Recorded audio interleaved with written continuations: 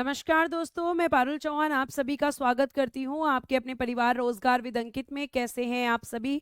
उम्मीद करती हूँ भाई सभी लोग अच्छे होंगे, अच्छे से अपनी पढ़ाई कर रहे होंगे और आपका रिवीजन भी अच्छा चल रहा होगा। सूरज कुमार, पंकज कुमार, शिवा सिंह, जाफरी, आशीष, अन्नू, मुस्कान, गुंजन, संदीप, विशाल, पूजा, धीरज, ज्योति, दिवाकर, सभी को मेरी तरफ से गुड आफ्टरनून, नमस्ते, राधे राधे, राम राम। प्यारे प्यारे बच्चों, कैसे हैं आप सभी? एक बार जल्दी से आप मुझे बताएंगे कि आप सभी कैसे हैं। प्यारे बच्चों, जैसे कि मैं आपसे बात कर रही थी, कल मैंने आपको अष्टांगिक मार्ग तक बौद्ध धर्म के बारे में पढ़ाया था।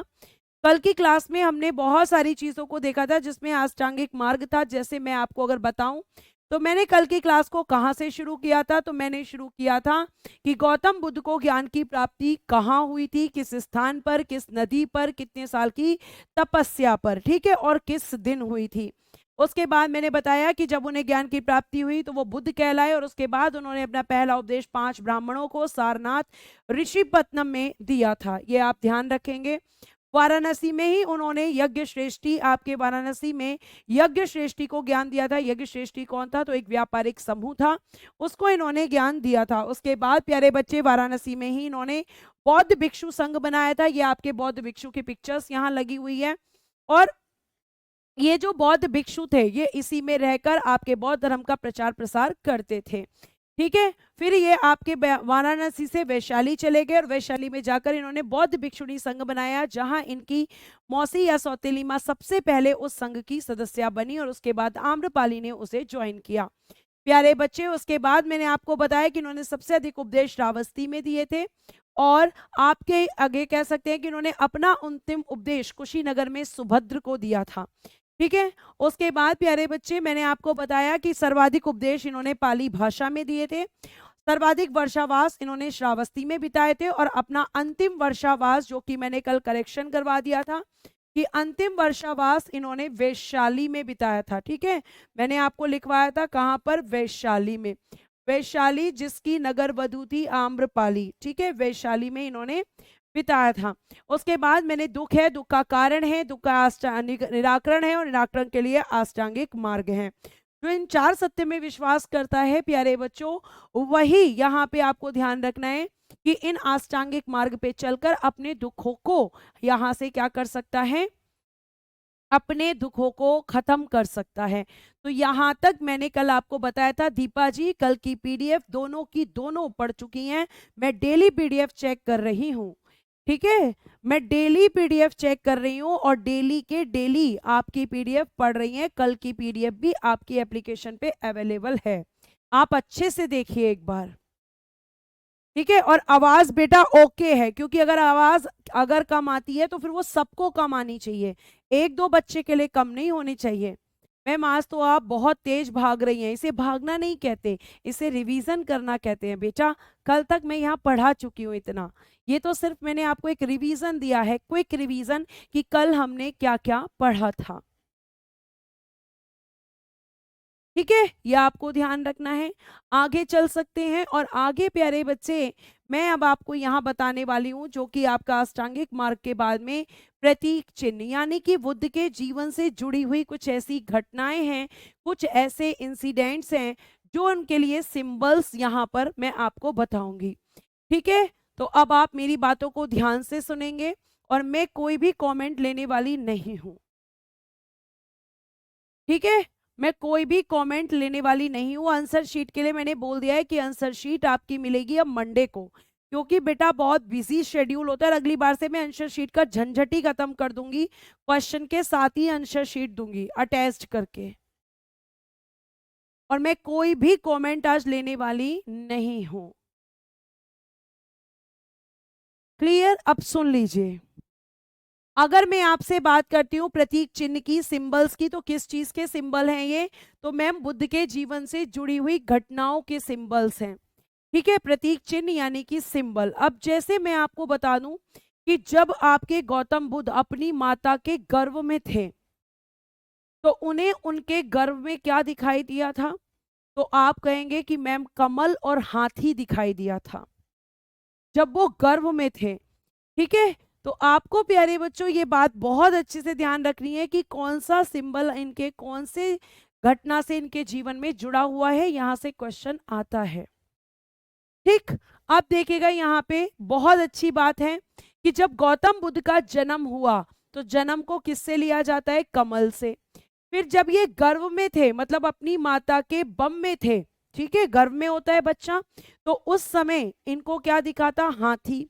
और जन्म क्या है? इनके कमल का प्रतीक, क्योंकि हाथी और कमल दोनों ही इनकी माता को सपने में दिखे थे। तो हाथी इनके गर्भ का प्रतीक है और आपका बर्थ यानी कि इनके जन्म का सिंबल है कमल यानी कि लोटस। लोटस समझते हो? कमल का फूल, लोटस लिखेंगे इसको, लोटस। और आपका इनका जो आपके एडल्ट हो जाते हैं तो यौवन का प्रतीक क्या था? यौवन का प्रतीक, ठीक है, तो यौवन का प्रतीक था, यहां पे आप कह सकते हो कि मैम सांड यानी कि बुल। यहां कमल की जगह लिखना लोटस।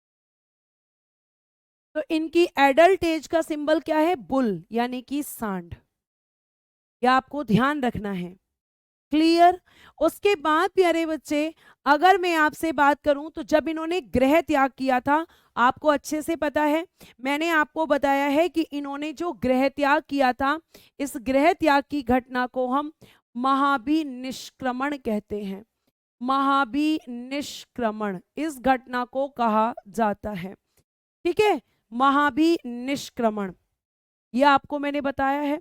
और आपको यह भी पता है कि महाभिनिष्क्रमण इनके गृह त्याग की घटना थी, तो किससे जोड़ा जाता है? घोड़े से।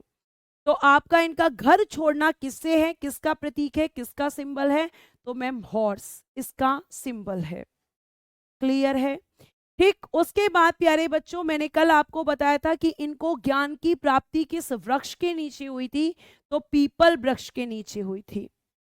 पीपल वृक्ष के नीचे हुई थी, ठीक है, यह आपको ध्यान रखना है और बहुत अच्छे से ध्यान रखना है।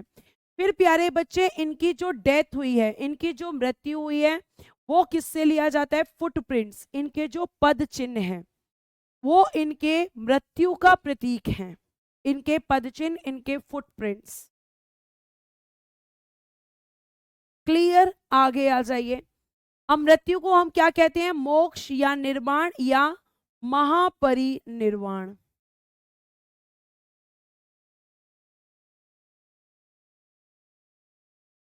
ये मृत्यु को कहा जाता है।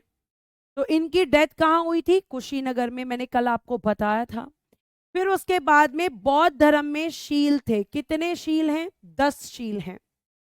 अब आप देखो, अभी मैं शील पे पहुंची भी नहीं और बच्चे ने कह दिया कि शील क्या होता है ना? तो ऐसे ही जब आपको मैंने ये बताया ना अष्टांगिक, जैसे आप लोग बोल रहे थे कि मैम इतना डीप थोड़ी आता है, डीप नहीं आता है। क्वेश्चन ये आएगा कि अष्टांगिक मार्ग कितने थे, लेकिन आप लोगों की दिक्कत ये है कि आप लोग तुरंत मुझसे पूछने लग जाते हैं कि आखिर शील क्या होते हैं, जैसे अभी आप मुझे पूछ रहे हो। जैसे आप मुझसे कह रहे हो कि शील किसे कहते हैं, वो 10 शील क्या थे, तो गौतम बुद्ध ने कुछ आपको चीजें बताई कि आपको सत्य बोलना है, आपको अहिंसा के मार्ग पे चलना है, आपको चोरी नहीं करनी है, ठीक है, आपको किसी पराई स्त्री को नहीं देखना है। तो इस तरीके की जो बातें उन्होंने कही हैं वो क्या हैं? वही आपकी बौद्ध धर्म में आपके शील हैं, मॉडेस्टी इन बुद्धिज्म। तो 10 सील यहाँ पर इन्होंने बताए हैं। अहिंसा, सत्य, अस्तेय, चोरी नहीं करना है, ठीक है, शराब नहीं पीनी है, तंबाकू नहीं खाना है, गुटखा नहीं खाना है। ये सब किसके लिए थे? ये उन लोगों के लिए जो बौद्ध धर्म को मानते थे। ये आपको ध्यान रखनी है बातें। तो प्यारे बच्चे, बौद्ध धर्म में आपके अष्टांगिक मार्ग कितने हैं? 8 हैं। आपके सत्य कितने हैं? 4 आर सत्य हैं। शील कितने हैं? 10 हैं मैम। जन्म कहाँ हुआ? नेपाल में। जन्म का प्रतीक क्या है? कमल है। घर छोड़ा, घर छोड़ के गए तो घटना को महाभिनिष्क्रमण कहा गया। और आपका अगर हम बात करें तो गृह त्याग का प्रतीक घोड़ा है। जब ये गर्भ में थे अपनी माता के, उसका प्रतीक हाथी है। जहां इन्हें ज्ञान की प्राप्ति हुई उसका प्रतीक पीपल का वृक्ष है। जहां इनके पदचिन्ह पड़े वो इनकी मृत्यु का प्रतीक है। और जहां पर प्यारे बच्चे आपका बौद्ध धर्म में शील की बात करते हैं तो उनकी संख्या 10 है। क्लियर यहां तक? ये बात आपको बहुत अच्छे से ध्यान रखनी है, ये बात आपको बहुत अच्छे से ध्यान रखनी है, ये आपको पता होना चाहिए। ये बेसिक क्वेश्चंस आपके जितने मैं बता रही हूं बनते हैं, ठीक है। और कुछ बच्चों ने कल मुझे कमेंट किया टेलीग्राम में, उसका आंसर मैं दे देती हूं कि नवीन सर ने भी ये पढ़ाया है। तो बेटा इतिहास ना तो नवीन सर ने लिखा है न मैंने लिखा है, इतिहास जो लिखा गया है उसे नवीन सर भी पढ़ाएंगे और उसे मैं भी पढ़ाऊंगी। ऐसा तो है नहीं कि मैं अलग से इतिहास लिख कर लाऊंगी। तो कमेंट करने से पहले थोड़ा सोचा करो कि कमेंट क्या कर रहे हो आप लोग, कि मैम आप तो नवीन सर की तरह पढ़ा रही हो, नवीन सर ने भी ये सब पढ़ाया हुआ है। तो बेटा वही तो मैं पढ़ाऊंगी। अब बौद्ध धर्म को मैं चेंज तो नहीं कर दूंगी कि ये तो नवीन सर ने बौद्ध धर्म पढ़ाया है तो मुझे नया बौद्ध धर्म पैदा करना पड़ेगा। ठीक है, आगे आ जाइए। तो कमेंट सोच समझ के करा करो कि कुछ भी कर देना है। क्लियर, आगे आइए। अब देखिएगा यहाँ पे आगे हम बात करते हैं प्यारे बच्चे, और फिर मैं इसके बाद आपको वर्कशीट दूंगी यहीं पे।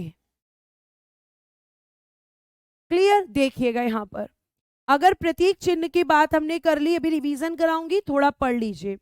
फिर हम बात करते हैं बौद्ध साहित्य की। तो प्यारे बच्चे जो पूरा बुद्धिस्ट लिटरेचर है वो आपका त्रिपिटक के अंदर दिया गया है। त्रिपिटक किसे कहते हैं, त्रिपिटक किसे कहते हैं, ये मैं पूछना चाह रही हूं।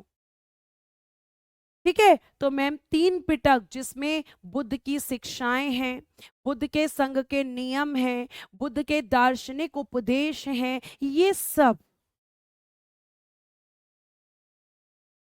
क्लियर, ये सब आपको ध्यान रखना है। तो आप देखेंगे कि बौद्ध साहित्य को त्रिपिटक में बताया गया है। Buddhist literature is mentioned in Tripitaka. अब ये त्रिपिटक क्या है? तो प्यारे बच्चे पहला है आपका विनय पिटक, नाम याद रखिएगा। विनय पिटक को किसने लिखा है? उपाली। उपाली कौन थे? इनके शिष्य थे, ठीक है, इनके स्टूडेंट थे। उपाली स्टूडेंट लिखिएगा यहाँ, शिष्य। आप डिसिपल वर्ड भी यूज कर सकते हो, डिसिपल वर्ड भी यूज कर सकते हो, गलत कुछ भी नहीं है। ठीक है, अगर ये भी लिखोगे या स्टूडेंट भी लिखोगे तो एक ही बात है, क्योंकि उनके छात्र। तो इसमें क्या दिया गया है? बौद्ध संघ के नियम, रूल्स ऑफ द बुद्धिस्ट संघ। मैम ये क्या होता है, संघ क्या होता है? तो मैंने आपको बताया था कि जहां पर बौद्ध धर्म के प्रचार प्रसार करने वाले या बौद्ध धर्म के अनुयायी जिस जगह पर रहते थे उसे हम कहते हैं संघ। और जब किसी जगह पर हम रहते हैं, जैसे मान लीजिए कि ये एक जगह है और यहाँ पर सारे बुद्धिस्ट रहते हैं, जितने बौद्ध धर्म के अनुयायी हैं, जितने भी आपके बौद्ध धर्म के फॉलोवर्स हैं, ठीक है, तो वो सब कहाँ पे रहेंगे? तो आप कहोगे कि मैम वो सारे के सारे संघ में रहेंगे।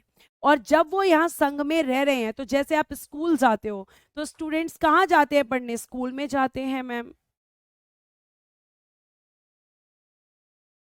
ठीक है। तो स्टूडेंट्स कहाँ जाते हैं? स्कूल में। तो स्कूल्स के कुछ रूल्स रेगुलेशंस होते हैं।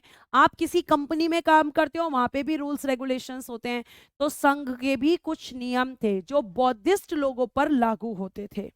तो संघ के नियम किसमें दिए हैं? विनय पिटक के अंदर। क्लियर, आगे। फिर आता है आपका सुत्त पिटक, जिसे लिखा है आनंद शिष्य ने, और इसमें दिए गए हैं गौतम बुद्ध के उपदेश, टीचिंग ऑफ गौतम बुद्धा। मतलब गौतम बुद्ध ने अपने छात्रों को, अपने अनुयायियों को, अपने फॉलोवर्स को जो भी टीचिंग्स दी, जो भी शिक्षाएं दी, वो सब कहां पर है? सुत्त पिटक के अंदर। विनय पिटक में क्या है? संघ के नियम, जहां पर बौद्ध भिक्षु जो हैं संघ में रहते थे, एक साथ रहते थे, उस संघ के नियम यहाँ पर दिए गए हैं। क्लियर, आगे सुनिए। अब आता है आपका अभिधम्ब पिटक, जिसे किसने लिखा है? मोगली शिष्य भी को कह सकते हो या मोगली पुत्तिस भी कह सकते हो। मोगली पुत्तिस, कोई भी नाम आप लिख सकते हो। तो इन्होंने अभिधम्ब पिटक, अभिधम्म पिटक में मोगली शिष्य ने लिखा है, और ये जो अभिधम्म पिटक है इसमें क्या है, तो बौद्ध धर्म के दर्शन, इसमें क्या दिया गया है, बौद्ध धर्म के दर्शन। मैं लिख देती हूं, अभिधम्म पिटक, इसमें क्या है, बौद्ध धर्म के दर्शन, बौद्ध धर्म के दर्शन। ये किसमें दिए हुए हैं, अभिधम्म पिटक के अंदर दिए हुए हैं। क्लियर है, ये बात आपको ध्यान रखनी है। क्लियर, आगे आइए। अब यहाँ पे एक आपका मैंने पढ़ाया सुत्त पिटक, जिसमें बुद्ध की शिक्षाएं हैं। तो ये जो बुद्ध की टीचिंग्स हैं सुत्त पिटक में, इसी में गाय यानी काऊ को यहाँ पे कुछ नाम दिए गए, जैसे अनंदा, वनंदा और सुखदा। अनंदा मतलब जो आनंद प्रदान करती है, ठीक है। वनंदा मतलब जो वन में रहती है, और सुखदा मतलब जो सुख देती है। तो गाय को अघन्या कहाँ कहा गया, कि तो मैम वैदिक काल में। और गाय को अनंदा, वनंदा, सुखदा किस में कहा गया, तो मैम सुत्त पिटक में। कितने बौद्ध धर्म के कितने पिटक हैं, 3 पिटक हैं।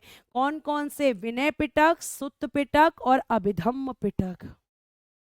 हाँ, 3 टीचर्स हैं गौतम बुद्ध के राजन। आज बताऊंगी तीसरे टीचर कौन है, थोड़ा पेशेंस रखो, जब नहीं बताऊंगी तब आप कमेंट करना, ठीक है। आगे आइए। अब यहाँ पे जब आपने इसको पढ़ लिया है, तो एक बार मैं आपसे क्विक रिवीजन ले लेती हूँ। सबसे पहले आप बताएंगे कि जन्म का प्रतीक, मैं आपसे पूछ रही हूँ सिंबल्स।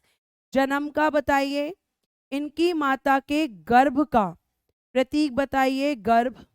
इनकी यौवन अवस्था का, यौवन अवस्था यानी एडल्ट एज का इनका प्रतीक क्या था। इनका गृह त्याग का प्रतीक क्या है, ठीक है। उसके बाद इनकी मृत्यु का प्रतीक क्या है। इन्हें ज्ञान की प्राप्ति जिस वृक्ष के नीचे हुई थी, वो इनकी ज्ञान की प्राप्ति वाला वृक्ष कौन सा है, ये मैंने आपको अभी पढ़ाया है। अगर आप इन प्रश्न का उत्तर कर पा रहे हैं तो आप बहुत अच्छे से चीजों को समझ पा रहे होंगे, ठीक है। अब हमने यहाँ पे ये देखा, तो बताइए जल्दी से। मैम प्रतीक में अगर मैं जन्म की बात करूं तो कमल था, आपने बताया। गर्भ में मैम हाथी यानी कि हेलिफेंट था। युवावस्था सांड यानी कि बुल था। गृह त्याग की अगर हम बात करते हैं, तो गृह त्याग में मैम इन्होंने जब घर छोड़ा था तो घोड़ा यानी कि हॉर्स था। मृत्यु डेथ में मैम पदचिन्ह यानी कि फुटप्रिंट्स थे। और ज्ञान मैम इन्हें पीपल वृक्ष के नीचे प्राप्त हुआ था। ये सब आपको ध्यान रखना है। क्या यहाँ से क्वेश्चन आए हैं, जी हाँ, यहाँ से क्वेश्चंस आए हैं, ठीक है। ये सब आपने लिख के भेजा है, अगर आप इन प्रश्नों के उत्तर कर पाते हैं। फिर मैंने आपको बताया कि शील, तो बताइए शीलों की संख्या कितनी है। शीलों की संख्या बता दीजिए कितनी है, ठीक है। आर्य सत्य बता दीजिए कितने हैं, आर्य सत्य कितने हैं। अष्टांगिक मार्ग कितने हैं, अष्टांगिक मार्ग कितने हैं। त्रिपिटक कितने हैं, त्रिपिटक कितने हैं, ठीक है। नंबर्स बताने हैं। और त्रिपिटक कौन कौन से हैं, तो मैम विनय पिटक, सुत्त पिटक, अभिधम्म पिटक। सब आप लिख के भेज रहे हैं, इसका मतलब आपको चीजें याद हो गई हैं, आप खुद ही लिख रहे हैं, है ना। 10 शील हैं मैम, देखिए शीलों की संख्या भी मेरे पास आ चुकी है कि मैम 10 शील हैं। आर्य सत्य 4 हैं, अष्टांगिक मार्ग 8 हैं और त्रिपिटक 3 हैं। कौन कौन से हैं, तो मैम एक विनय पिटक है, विनय पिटक। एक मैम सुत्त पिटक है, इंग्लिश भी सेम रहेगी, सुत्त पिटक है। और एक मैम आपने बताया अभिधम्म पिटक है, अभिधम्म पिटक, ये आपने हमें बताया। अभिधम्म पिटक मैम मोगली पुत्तिस ने लिखा है, विनय पिटक मैम आनंद ने लिखा है, और सुत्त पिटक मैम जो है वो किसने लिखा है, तो वो सुत्त पिटक लिखने वाले हैं आपके क्या कहते हैं आनंद, सॉरी, और विनय लिखा है उपाली ने। तो विनय पिटक उपाली ने लिखा है, सुत्त पिटक आनंद ने लिखा है, अभिधम्म पिटक मोगली पुत्तिस ने लिखा है। ठीक है, सुत्त पिटक में गाय को अनंदा, वनंदा और सुखदा कहा गया है। अगर आपको चीजें याद हो गई हो तो बेटा एक बार प्लीज थम्स अप कर दीजिएगा या स्माइली कर दिएगा। ठीक है, स्माइली या फिर थम्स अप। अगर सच में आपने आंसर किया है, देख के आंसर नहीं करना है। थैंक यू विजय। अब सुनिए आगे आपका रिस्पांस देने के लिए। सुत्त पिटक को 5 भागों में विभाजित किया गया है। क्या मैम इतना डीप क्वेश्चन आता है? जी हाँ, यहां से एक क्वेश्चन पूछा गया है कि जातक कथाएं किस पिटक से जुड़ी हुई हैं। तो जो जातक कथाएं हैं वो आपके सुत्त पिटक के खुंदक निकाय से जुड़ी हुई हैं। ठीक, अब देखना जरा यहाँ पे ध्यान से सुनिएगा। अगर मैं बोलूं तो इसमें खुंदक निकाय पहले पार्ट, अंगुत्तर निकाय, दीघ निकाय, मंजिम निकाय, संयुक्त निकाय, ये आपके 5 निकाय हैं। जिसमें से इंपॉर्टेंट कौन सा हो जाता है? एक तो खुंदक निकाय, क्योंकि इसमें बताई गई हैं जातक कथाएं, क्योंकि इसमें जातक स्टोरीज दी गई हैं। और 16 महाजनपद किसमें बताए गए हैं? तो मैम ये बताए गए हैं अंगुत्तर निकाय में। आपने हमें महाजनपद काल पढ़ाते समय भी बताया था कि 16 महाजनपद हैं। इसकी सूचना अंगुत्तर निकाय और भगवती सूत्र में मिलती है। ठीक है, और आपको ये भी मैंने बताया था कि आपके ये दोनों आपके ऐसे स्रोत हैं जो 16 महाजनपदों की संख्या को निश्चित करते हैं। क्लियर? तो अब आगे देखिए, अगर मैं आपसे बोलूं तो आप सिंपल बताएंगे कि सुत्त पिटक के कितने भाग हैं? 5। कौन कौन से? खुंदक निकाय, अंगुत्तर निकाय, दीघ निकाय, मंजिम निकाय और संयुक्त निकाय। खुंदक, अंगुत्तर, दीघ, मंजिम और संयुक्त, ये 5 हैं। जिसमें से मैम खुंदक निकाय में जातक कथाएं हैं। अब बात ये आती है कि आखिर ये जातक कथाएं क्या हैं? तो बुद्ध के जन्म से पूर्व की घटनाएं, बुद्ध के जन्म से पूर्व की घटनाएं यानी कि इंसिडेंट्स हैं, इंसिडेंट्स। यानी जब भगवान बुद्ध का जन्म नहीं हुआ था उनसे पहले की जो घटनाएं हैं वो किसमें? खुंदक निकाय में। तो बुद्ध के जन्म से पूर्व की घटनाओं को क्या कहा जाता है? तो आप कहेंगे कि जातक कथाएं कहा जाता है। और इन जातक कथाओं की संख्या कितनी है? 549 है। तो आपने अभी देखा कि सुत्त पिटक, ठीक है, सुत्त पिटक कितने भागों में? 5 में। अब आगे आ जाइए, फिर बौद्ध धर्म से एक रिलेट करता है आपका त्रिरत्न। त्रिरत्न कौन कौन से हैं? मैम बौद्ध है, धम्म है और मैम तीसरा संघ है। तो त्रिरत्न कौन कौन से हैं? मैम बौद्ध है, धम्म है और संघ है। संघ मैंने अभी बताया जहां पर बौद्ध भिक्षु रहते थे, जहां पे एक साथ रहते थे और बौद्ध धर्म की शिक्षाएं ग्रहण करते थे। ठीक, अब देखिएगा यहां पर बौद्ध का मतलब है ज्ञान, धम्म का मतलब है शिक्षा और संघ का मतलब है जहां पर रहकर शिक्षा प्राप्त की जाती है। तो त्रिरत्न आपके कौन कौन से हैं? बौद्ध, धम्म, संघ। आपके पिटक कौन कौन से हैं? विनय पिटक, सुत्त पिटक, अभिधम्म पिटक। आपके आचार आर्य सत्य कौन से हैं? दुख है, दुख का कारण है, दुख निवारण है और दुख निवारण का मार्ग है। ये सब कितने मार्ग हैं? अष्टांगिक मार्ग, 8 मार्ग बताए गए हैं। सूत्र पिटक को कितने भागों में डिवाइड किया गया है? 5। चीलों की संख्या कितनी है? 10। इतनी बार मैंने आपको बोल दिया कि आपको सब याद हो जाना चाहिए। ठीक है, ये आपको ध्यान रखना है।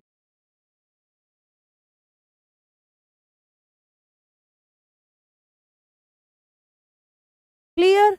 अगर यहां तक चीजें क्लियर हो गई हैं तो बच्चा एक बार अब आ जाइए जो आपका यहाँ पे बड़ा इंटरेस्टिंग आपका टॉपिक है, ठीक है, जो बड़ा ही इंटरेस्टिंग टॉपिक आपको देखने के लिए मिल जाएगा। प्यारे प्यारे बच्चों, अगर मैं बात करती हूँ तो बौद्ध संगति से क्वेश्चन आता है कि कौन सी बौद्ध संगति हुई। बौद्ध संगति आखिर मैम क्या होती थी? तो यहाँ पर बहुत सारे लोग इकट्ठा होते थे जो बौद्ध धर्म को मानते थे और फिर बुद्ध की शिक्षाओं पर, उनकी चीजों पर यहाँ चर्चा की जाती थी। तो अलग अलग राजाओं के समय में अलग अलग समय पर आपकी जो संगीति हैं, जो आपकी काउंसिल, एक तरीके से कह सकते हो, काउंसिल किसको कहते हैं? परिषद को। और परिषद में बहुत सारे लोग इकट्ठा होते हैं। तो ये संगीतियां कब कब हुई, किस समय पर हुई, एक बार पढ़ लो, फिर मैं पूरा क्विक रिवीजन आपको दूंगी अच्छे से ताकि आपको याद हो जाए, ठीक है। अब देखिएगा यहाँ पर प्यारे बच्चे, पहली बौद्ध संगति 483 बीसी, दूसरी 383 बीसी, तीसरी 250 बीसी या 255 बीसी। कोई एक ऑप्शन मिलेगा, दोनों कभी नहीं मिलेंगे। इनमें से कोई एक ऑप्शन आपको देखने के लिए मिलेगा। ज्यादा आपको प्राथमिकता देनी है 255 को, ठीक है। फिर उसके बाद में आपकी पहली शताब्दी में कहाँ हुई थी? कुंडल वन में, फर्स्ट सेंचुरी में, पहली शताब्दी में। यह आपको ध्यान रखना है और आप अगर इस तरीके से करेंगे, ठीक है, तो अब आप देखते हैं कि पहली बौद्ध संगति कहां पर हुई। देखो, इसके लिए आप शासकों के लिए ट्रिक याद कर सकते हो, एक देखना कैसे, क्योंकि राजगृह में अजात शत्रु के समय और इस समय इस संगति के अध्यक्ष बने थे महाकश्यप, ठीक है, याद रखिएगा। वैशाली में हुई थी कालाशोक के टाइम, तो पहले ए फिर के, फिर ए फिर के, ठीक है। वैशाली में कालाशोक के समय सबकमीर यहां पर अध्यक्ष थे, क्लियर। फिर उसके बाद में हुई आपकी पाटलिपुत्र में, यहां अशोक और यहां थे मोगलीपुत्र या मोगलीपुत्तिस। कंफ्यूज मत हो जाना, ये एक ही बात है, मोगलीपुत्तिस, ठीक। फिर आपकी चौथी हुई कुंडलवन। कुंडलवन कहां पड़ता है मैम? ये कश्मीर में पड़ता है, कश्मीर में। और किसके समय पे? कनिष्क के समय। और जिस समय ये आपकी हुई, यहाँ पे अध्यक्ष थे आपके वसुमित्र और उपाध्यक्ष थे अश्वघोष, ठीक है। यहाँ पे आपके अध्यक्ष थे वसुमित्र और उपाध्यक्ष थे अश्वघोष। और आपकी ये चार तो आपको पता होगी, लेकिन पांचवी बौद्ध संगति भी हुई है और पांचवी हुई है 1871 में मांडले म्यांमार, जिसे आप पहले क्या कहते थे? पहले मैम हम इसको वर्मा कहते थे। और ये वर्मा 1937 में भारत से अलग हुआ, भारत से अलग यानी सेपरेट हुआ। किस एक्ट के अकॉर्डिंग? 1935 के अधिनियम के अनुसार, 1935 के अधिनियम के अनुसार वर्मा, जिसको पहले कहते थे, आज इसे हम म्यांमार कहते हैं। और म्यांमार का जो राजा है मिंडन, उसने ये आपकी बौद्ध संगति करवाई थी। तो ये इस समय हम ये कह सकते हैं कि आपकी जो बौद्ध संगीतियां हैं, ये 5 बौद्ध संगीतियां अभी तक हुई हैं। और बौद्ध संगीति में आपकी पहली राजगृह, दूसरी वैशाली, तीसरी पाटलिपुत्र और चौथी कुंडलवन। पहला अजातशत्रु, दूसरा कालाशोक, तीसरा अशोक और चौथा कनिष्क था,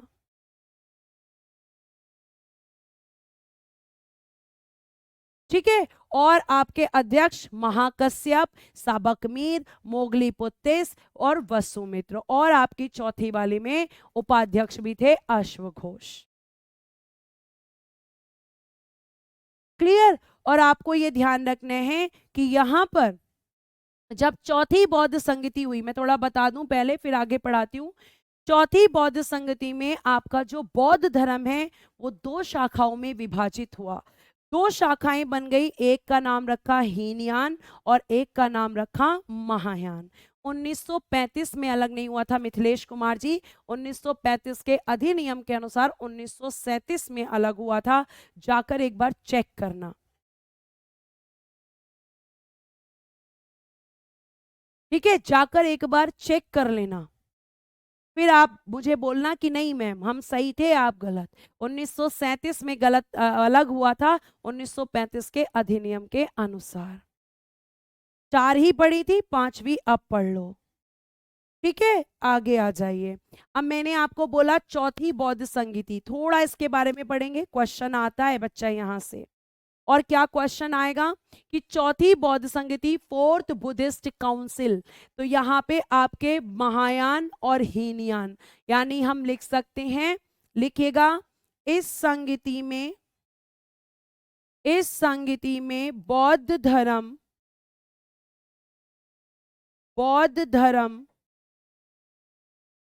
2 शाखाओं में विभाजित हो गया, 2 शाखाओं में विभाजित हो गया।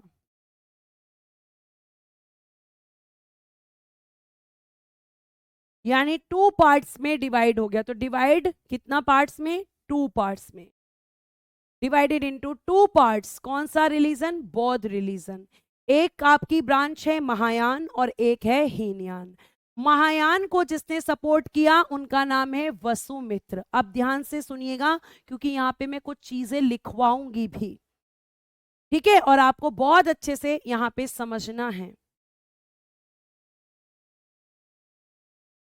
क्लियर? आगे देखिए बेटा, मैं सबके कमेंट्स देख रही हूं, लेकिन मैं सबके कमेंट्स का आंसर दूंगी क्लास खत्म होने के 5 मिनट पहले।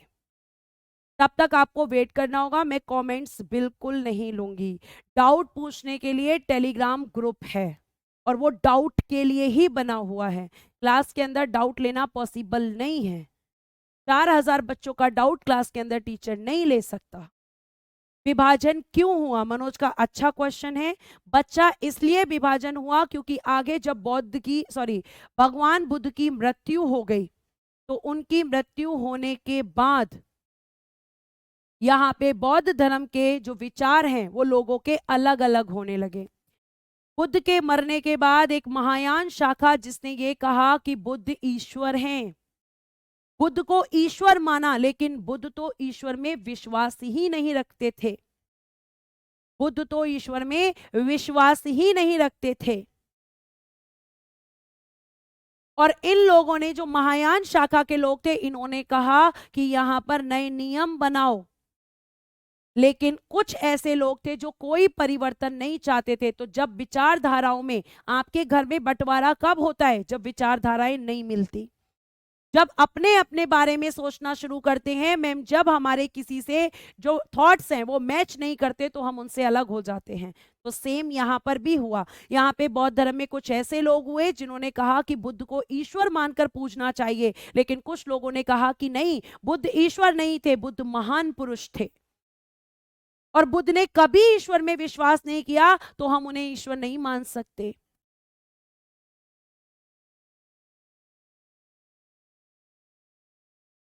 ठीक, आगे देखिएगा।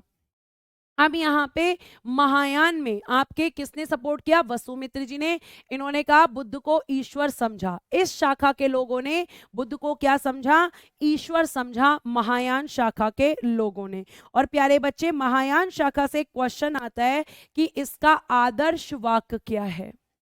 ये क्वेश्चन पूछा गया है, इसका आदर्श वाक्य, तो वो होता है बोधिसत्व। अब मैम इसका मीनिंग क्या होता है? बोधिसत्व, इंग्लिश में भी बोधिसत्व ही बोलेंगे। इसका मतलब क्या होता है मैम? इसका मतलब होता है कि लोग दूसरों के कल्याण के लिए, दूसरों के वेलफेयर के लिए अपने कल्याण को या अपने निर्वाण को डिले कर देते हैं। मतलब उन्हें अपने वेलफेयर से ज्यादा दूसरे के वेलफेयर की चिंता होती है, दूसरे के कल्याण की चिंता होती है। तो इसका आदर्श वाक्य क्या है? बोधिसत्व है। फिर आते हैं हीनयान, जिस शाखा को सपोर्ट किया महाकश्यप ने। और महाकश्यप की अगर हम बात करते हैं तो इस कश्यप की अगर हम बात करें तो प्यारे बच्चों, इस हीनयान शाखा में इन्होंने क्या कहा?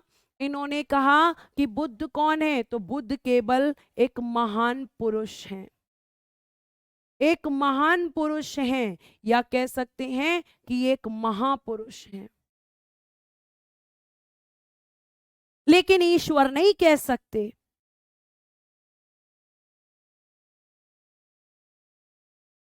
ठीक, और उसके बाद में बोला कि यहां पर और क्या बोला, इन्होंने नियमों में परिवर्तन नहीं किया। नियम मतलब रूल्स, इन्होंने नियमों में परिवर्तन नहीं किया, इन्होंने कोई चेंज नहीं किया।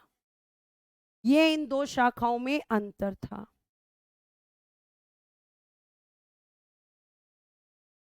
और महायान की भी दो शाखाएं, वैभाषिक, ये इतना इंपॉर्टेंट नहीं है, और सर्वस्वीवादी। और इनका आदर्श वाक्य क्या है मैम? इनका, बिल्कुल आपने संजीव सही सुना है, मैंने बिल्कुल बोला है, मैं डिनाई नहीं करूंगी। आपने बोला कि मैम आपने बताया है कि बुद्ध भगवान विष्णु के 9वें अवतार थे। जी हाँ, माना जाता है, लेकिन फिर भी बुद्ध ने भगवान की मूर्ति पूजा में विश्वास नहीं किया। मना कर दिया इन्होंने कि नहीं, मैं विश्वास नहीं करता। और हीनयान शाखा के लोगों ने क्या कहा कि ये भगवान नहीं, ये सिर्फ एक महापुरुष हैं। इन्होंने जो नियम बनाए ये लोग उसी पर चले, जबकि महायान शाखा के लोगों ने रूल्स को भी चेंज कर दिया, मेक न्यू रूल्स। लेकिन इन्होंने क्या कहा? No, do not make new rules, बिल्कुल नहीं करेंगे रूल्स को चेंज। ठीक है, अब देखिएगा महाकश जो हीनयान शाखा है, अगर मैं हीनयान शाखा की बात करूं तो इन्होंने, हीनयान शाखा के लोगों ने अष्टांगिक मार्ग को चेंज कर दिया। ठीक है, परिवर्तन स्वीकार नहीं किया, और बुद्ध को इन्होंने महापुरुष कहा।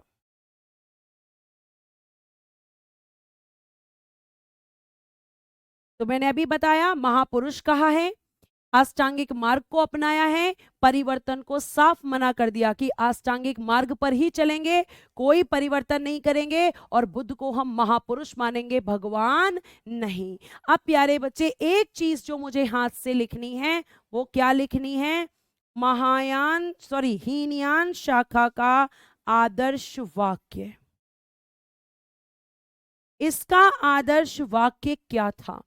एक क्वेश्चन आ सकता है ना, जब मैंने आपको यहां बताया है तो इसका आदर्श वाक्य क्या होगा? तो मैम लिखेंगे अहर्त पद। अब ये क्या होता है? अहर्त पद क्या होता है मैम? अहर्त पद, तो अहर्त पद का मतलब होता है बच्चा कि ऐसा व्यक्ति जो साधना से निर्वाण प्राप्ति करता है। मैम निर्वाण क्या होता है? व्यक्ति की मृत्यु तक का सफर, उसे निर्वाण कहते हैं। यूजर जी यहाँ पे उसको बताने का मतलब नहीं है, ये पढ़ाऊंगी एंड में, आप गलत डायरेक्शन में जा रहे हैं। तो अहर्त पद का मतलब क्या होता है कि मैम अगर कोई पर्सन अपनी साधना से, अपनी साधना से अपनी साधना से निर्वाण को प्राप्त करता है, जैसे गौतम बुद्ध ने काफी वर्षों तक साधना की, तपस्या की, उसके बाद उन्होंने निर्वाण को प्राप्त किया, तो इसी तरीके से जो व्यक्ति ऐसा करता है उसे हम कहते हैं अहर्त पद। और साधना के द्वारा निर्वाण प्राप्त करने वाले व्यक्ति को अहर्त कहा जाता है। ठीक है, ये आपको ध्यान रखना है। तो ये इंपॉर्टेंट है, ये आपको हमेशा याद रखना है कि किसने परिवर्तन स्वीकार किया, किसने स्वीकार नहीं किया। अब एक बच्चे का डाउट आ रहा था कि मैम बुद्ध के 3 गुरु थे, जिसमें से आपने केवल 2 ही बताए हैं।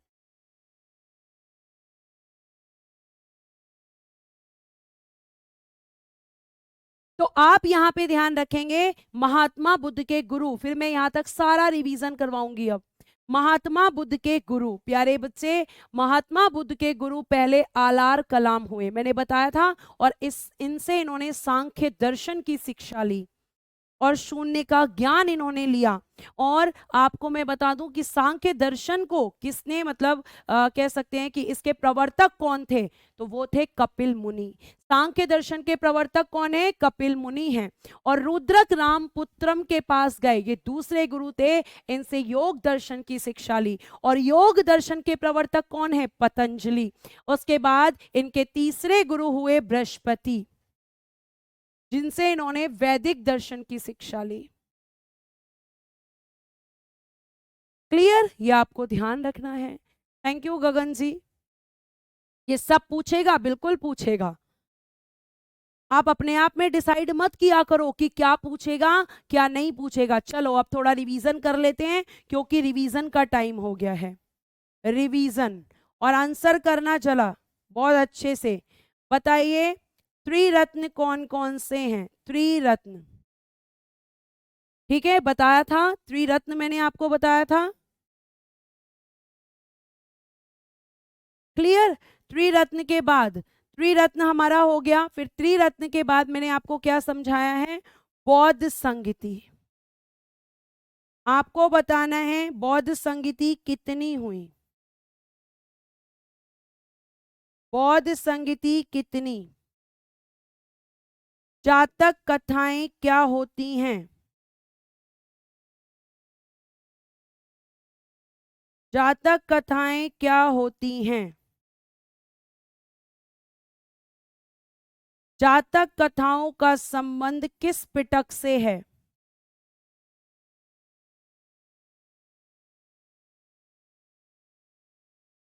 किस पिटक से है? आप चाहें तो खुद से भी रिवीजन कर सकते हैं। उसके बाद अगर मैं आपसे पूछूं कि पहली बौद्ध संगीति कहाँ और किसके शासनकाल में, कहाँ और शासनकाल, दूसरी बौद्ध संगीति, तीसरी बौद्ध संगीति, चौथी बौद्ध संगीति और पांचवी बौद्ध संगीति, तो देखिए आप लोग आंसर कर रहे हैं। त्रिरत्न आप में से किसी ने नहीं बताया भैया, क्यों? बता दिया मैम, बुद्ध धम्म और संघ, बुद्ध धम्म और संघ। शाबाश। कितनी संगीति हुई? 5, आंसर आ गया। जातक कथाएं क्या थी? तो बुद्ध के जन्म से पूर्व की घटनाएं, बुद्ध के जन्म के पूर्व की घटनाएं, ठीक है, घटनाएं। फिर इनका संबंध मैंने आपको बताया था कि आपका जो पिटक है जातक कथाओं में, मैंने आपको बताया था कि जातक कथाओं के बारे में मैंने आपको बताया था कि बताओ मुझे यहाँ पर जातक कथाएं जो हैं वो किस पिटक से संबंधित है। देखिए बच्चा आंसर कर रहा है सुत्त पिटक से, और सुत्त पिटक में किससे? खुंदक निकाय से। सुत्त पिटक कौन से में? खुंदक निकाय में, ठीक है। फिर उसके बाद मैंने बोला कि पहली बौद्ध संगीति कहाँ हुई थी। बच्चा कह रहा है कि मैम पहली बौद्ध संगीति कहाँ हुई थी, बताइए। चौथी नहीं बताओ, पहले पहली बताओ। पहली तो बताई नहीं तुमने अभी, पहली तो बताओ पहले। चौथी कुंडलवन पहुंच गए तुम पहले। पहली मैम राजगृह, किसके समय? अजात शत्रु। महाकश्यप अध्यक्षता। दूसरी वैशाली। शासक कालाशोक। तीसरी पाटलिपुत्र। कहां पर है? पटना में। तो कौन शासक है? अशोक। चौथा कौन सा है? कुंडलवन, कश्मीर में। शासक कौन है? कनिष्क, कुषाण वंश का शासक। फिफ्थ वाली कहाँ हुई? म्यांमार में। राजा कौन है? मिनांडर।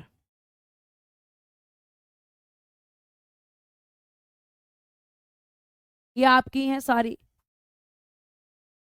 रिवीजन हो गया। फिर मुझे ये बताओ बौद्ध धर्म दो शाखाओं में बताओ। अगला क्वेश्चन, बौद्ध धर्म दो शाखाओं में कब विभाजित? बौद्ध धर्म दो शाखाओं में विभाजित हुआ था। कौन सी संगीति, कौन सी संगीति थी? एक थी आपकी महायान शाखा और एक थी आपकी हीनयान शाखा। कौन सी वाली में हुई थी बताइए जल्दी से। बहुत बढ़िया मैम, ये वाली हुई थी चौथी बौद्ध संगीति, फोर्थ। किसके समय? कनिष्क के समय। वसुमित्र इसमें अध्यक्ष थे। ये सब आपको ध्यान रखना है, ये सब मैं आपसे कभी भी पूछ सकती हूँ, तो आप ध्यान रखेंगे। और फिर प्यारे बच्चे आपके हैं बौद्ध मठ, जो इंपॉर्टेंट बौद्ध मठ हैं वो आपके हैं। ठीक है, 1937 में नहीं हुई थी, 1937 में म्यांमार अलग हुआ था। कहां से कहां पहुंच जाते हो तुम लोग, कुछ भी बताने लग जाते हो।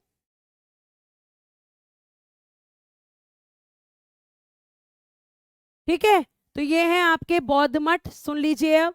तो ये बौद्ध मठ में आपको, ये आपको पढ़ाने हैं। उसके बाद बौद्ध धर्म से संबंधित आपकी पुस्तकें पढ़ानी हैं। फिर मुझे पढ़ाना है बौद्ध धर्म की मान्यताएं, और कुछ अंत में मैं लिखवाऊंगी फैक्ट्स, लेकिन ये करवाऊंगी मैं कल। मैम आज क्यों नहीं? आज इसलिए क्योंकि आज मैं लूंगी अब आपके कमेंट्स, जो मतलब डाउट्स हैं। अब आप पूछ सकते हैं अपने डाउट्स में, सबका आंसर आपको करने के लिए तैयार हूं। तो यहां से हम कल पढ़ेंगे, कल बौद्ध धर्म खत्म हो जाएगा और जैन धर्म शुरू हो जाएगा।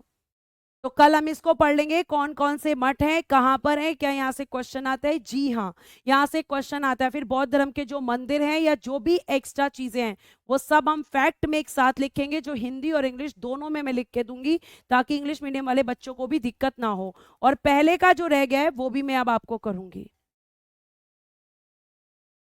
ठीक है मैम, आप पूरा समझ में आता है, लेकिन 4-5 दिन बाद भूल जाते हैं, वो दिक्कत है आपके रिवीजन की। अगर आप रिवीजन नहीं करोगे तो फिर यहाँ पे दिक्कत रहेगी। कल क्लास चलेगी? जी हाँ बिल्कुल क्लास चलेगी। बेटा थोड़ा सा कमेंट लेना भी जरूरी है, बहुत देर से बच्चे परेशान हो रहे हैं। टेलीग्राम ग्रुप कब शुरू होता है? रात को 8 से 10 बजे, और सिर्फ आज ही लूंगी मैं ये कमेंट्स, क्योंकि बहुत दिक्कत हो रही है आप लोगों को। वर्कशीट क्वेश्चंस के साथ में ही दी हुई होती है। 50 क्वेश्चंस या जितने भी क्वेश्चंस हो सकते हैं, जितने आपके मैक्सिमम पूछे गए हैं वो सब मैं आपको दूंगी। दुर्गा पूजा की कोई छुट्टी नहीं होगी। लास्ट के 5 मिनट अब आपके रहेंगे, आप कुछ भी पूछ सकते हैं। औषधि के बारे में अथर्ववेद में दिया गया है, आपको बताया है। शील क्या होता है, क्लास के अंदर बताया है कि शील क्या होता है, क्लास को देखिएगा दोबारा। मोक्ष का मतलब होता है बेटा जब आप मृत्यु को प्राप्त कर लेते हैं, उसी को मोक्ष, निर्वाण, महापरिनिर्वाण बोला जाता है। ये सब वर्ड यूज किसके लिए किए जाते हैं? मृत्यु के लिए। ठीक है, दुर्गा पूजा की छुट्टी नहीं है, बिल्कुल नहीं है। महाकश्यप थे पहली वाली में बेटा, वसुमित्र कब बताए हैं? पहली वाली में, ये देखिए यहाँ पर मां कश्यप लिखा हुआ है।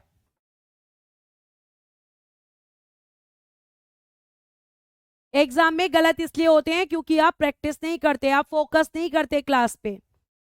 थोड़ा आराम आराम से कीजिए, मैं अकेली हूं और आप बहुत सारे हैं। हिस्ट्री की कोई बुक बताओ, कोई भी बुक पढ़ने की जरूरत नहीं है, जो मैं पढ़ा रही हूँ इसको अच्छे से पढ़ लो और प्रीवियस ईयर क्वेश्चन सॉल्व कर लो और मॉक टेस्ट देते रहो, आपके क्वेश्चन सॉल्व हो जाएंगे। और ये सिर्फ आज के लिए लिया है मैंने 5 मिनट का टाइम, कल से नहीं दूंगी बेटा, 3:55 पे क्लास छोड़ूंगी, क्योंकि हिस्ट्री का सिलेबस बहुत बड़ा है। पद चिन्ह क्या होते हैं बेटा? फुटप्रिंट्स, जैसे आप कहीं पे भी चलते हो अगर गीली मिट्टी पे, तो आपके फुटप्रिंट्स वहां पर लग जाते हैं। तो गौतम बुद्ध के फुटप्रिंट्स उनकी मृत्यु का जो है एक तरीके से सिंबल माना गया है। पांच संगीति का मतलब, पांच संगीति का मतलब 5 काउंसिल हुई है। पांचवी आपकी 1871 एडी में हुई है, मतलब आपकी ये दोनों एडी की हैं और बाकी तीनों बीसी की हैं, मतलब ईसा के जन्म के पहले 3 और ईसा के जन्म के बाद 2 आपकी यहाँ पर हैं। बेटा जहां ट्रिक की जरूरत होगी वहां ट्रिक बताई जाएगी, और ट्रिक क्वेश्चन में चलती है। थ्योरी में ट्रिक कैसे चलाएंगे बताइए? थ्योरी में ट्रिक कैसे चलाएंगे, लेकिन जहां जरूरत होगी वहां पर मैं आपको बताऊंगी। आपके सारे के सारे आपकी वर्कशीट की डिमांड पूरी कर रही हूँ, आपको पढ़ा रही हूँ आराम से, आपको रिवीजन करा रही हूँ, क्लास में याद करवा रही हूँ, क्वेश्चंस आपको साथ में दे रही हूँ, फिर अब कहाँ दिक्कत आ रही है? अब कहाँ दिक्कत आ रही है? अब दिक्कत सिर्फ और सिर्फ आ रही है आपके समझने पर। ठीक है, अब आप कहते हो मैम बोरिंग, क्योंकि अगर कुछ भी एक्स्ट्रा बोल दो तो बच्चे नाराज हो जाते हैं। अब बोरिंग क्या करें, क्या करें? फिर अंडमान निकोबार चले क्या घूमने? वहां चले क्या? या फिर इधर लक्षद्वीप की तरफ चल पड़ते हैं, एग्जाम तो होता रहेगा, घूम फिर के आते हैं, बोर नहीं होते, मस्ती करते हैं। बोला हद कर देते हो तुम लोग हैं। तुम्हारे साथ वो वाला हिसाब हो गया है, करो तो भी अच्छा, ना करो तो भी अच्छा, सब कुछ अच्छा और या फिर सब कुछ बुरा। मेरे मैसेज का जवाब क्यों नहीं दे रही हो आप? ये देखिए इतना गुस्सा, मतलब बस नहीं चलता, वरना बाहर निकल जाएंगे। इमोजी के थ्रू ही गुस्सा दिखा सकते हैं, वरना बाहर आ जाएंगे। नवीन सर ट्रिक बताते हैं, तो जहां ट्रिक की जरूरत होगी वहां ट्रिक बताऊंगी भाई। आप एक टीचर की तुलना दूसरे टीचर से करते हैं, ये चीज आपके अंदर थोड़ी सी गलत है, इसको सुधारें। आप तुलना तब करो जब गलत पढ़ाया जा रहा हो, तुलना तब करो जब आपको ना पढ़ाया जा रहा हो, तुलना तब करो जब आपको समझ में ना आ रहा हो। भाई नवीन सर भी इसी बैच में पढ़ा रहे हैं, इसी क्लास इसी बैच में आपको स्टैटिक जीके पढ़ा रहे हैं। वो पढ़ा रहे हैं कि नहीं पढ़ा रहे हैं?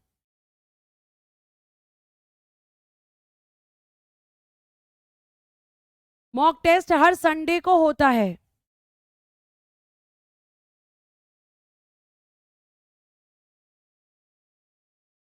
ओके, टेस्ट बेटा आपको क्वेश्चन दिए जाएंगे। ठीक है, आज के लिए हम इतना ही रखते हैं। और कुछ बच्चे क्लास के बाद अगर ये कमेंट करें कि 5 मिनट वेस्ट हो गए, तो वो कमेंट नहीं करेंगे, क्योंकि मैंने आज ही बोला है कि 5 मिनट आज कमेंट्स लेने पड़े हैं, क्योंकि बहुत सारे डाउट्स थे बच्चों के। बेटा बुक को लेकर मुझसे क्वेश्चन मत करो, बुक को लेकर आप हमारी कॉलिंग टीम से बात करो, उसके लिए कॉलिंग टीम बिठाई हुई है। ठीक है, और आप अब कितना भी नेगेटिव कमेंट कर लो, मैं लेने वाली ही नहीं हूं, क्योंकि जो पढ़ने वाले बच्चे हैं वो आराम से पढ़ रहे हैं और क्वेश्चन भी सॉल्व कर रहे हैं और अपना रिजल्ट भी बता रहे हैं। मॉक टेस्ट में आपको क्वेश्चन मिलेंगे नोट से, उस दिन आपको अपना आप समझ आ जाएगा, प्रीवियस ईयर क्वेश्चन सॉल्व होंगे, अपना आप समझ में आ जाएगा। और अब एक बच्चे ने एक चीज और लास्ट में लाइन बोलना चाहूंगी। कल एक बच्चे ने कमेंट किया है कि प्रीवियस ईयर क्वेश्चंस को क्यों फॉलो कर रही हो, क्योंकि उसके आधार पर ही क्वेश्चन बनते हैं। ऐसा थोड़ी है कि सिर्फ उतना ही कंटेंट आपको दिया जा रहा है जो प्रीवियस ईयर में आया है, एक्सपेक्टेड का भी दिया जा रहा है। तो पॉजिटिव सोचा करो, हर वक्त नेगेटिव होने की जरूरत नहीं है। ठीक है, पांचवी हर्षवर्धन के समय नहीं हुई थी, पांचवी राजा मिंडन के समय हुई थी। ठीक है, राजा मिंडन के समय हुई थी। एक मिनट, यहाँ मिनांडर हो गया, इसको ठीक कर देना, राजा मिंडन। ठीक है, चलो ये आज की क्लास हम खत्म करते हैं, मिलेंगे कल की क्लास में। मैम 5 मिनट डेली रेगुलर ले लिया करो प्लीज मैम, डाउट। चलिए ठीक है, आपकी बात मानी जाएगी, बिल्कुल मैं मानूंगी। ठीक है, चलिए आज के लिए प्यारे बच्चों धन्यवाद, bye bye, take care and good day everyone. जय हिंद, जय भारत, हंसते रहें, मुस्कुराते रहें और हमेशा खुश रहें।